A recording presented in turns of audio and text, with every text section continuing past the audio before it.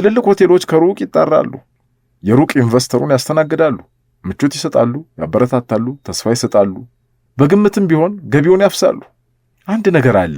ብዛት ጥፋት አይደል፣ ብዛት ድክመት አይደል፣ ብዛት ሽንፈት አይደል። ግን ድሃ ብዙ ነው፣ ድሃ ደካማ ነው። የድሃ ዋናው ድህነቱ ከንቱ ምኞቱ ሊሆን ይችላል። ሀብት ባይኖረው ጉልበት አለው። ስለዚህ የራሱን መንገድ ከተከተለ ዋጋ አያጣበትም። የድሃ ዋናው ጠላቱ ከንቱ ቅናቱ ሊሆን ይችላል። ይህ ህብረተሰብ በስርዓተ ግዛቱ በእኩልነት ላይ ያልተመሰረተ መሆኑ እየታወቀ የዚህ ህብረተሰብ አባላት ልቦና ለመበላለጥ በሚሽቀዳደሙ ጥቂት ሰዎች ግላዊ ብልጽግና የተጋለበና የተኮሰመነ መሆኑ እየታወቀ አብሮም ሀብትና ድህነት እንዳፈጣጠራቸው ተፈጥረዋልና እንዳጠፋፋቸው እንደሚጠፉ የህልና ተስፋ መኖሩ እየታወቀ ተወነጃጅሎና ተናጥቆ የትም እንደማይደረስ እየታወቀ ስልት ቀያሾች በያቋራጭ መንገዳቸው ድሃውን ሀብታም ሀብታሙን ድሃ ሲያደርጉት እየታየ ምልአተ ድሃ ግን በምቀኝነትና በቅናት እስር ቤት ይማቀቃል። ለነገሩ ድሃም እውነት አለው።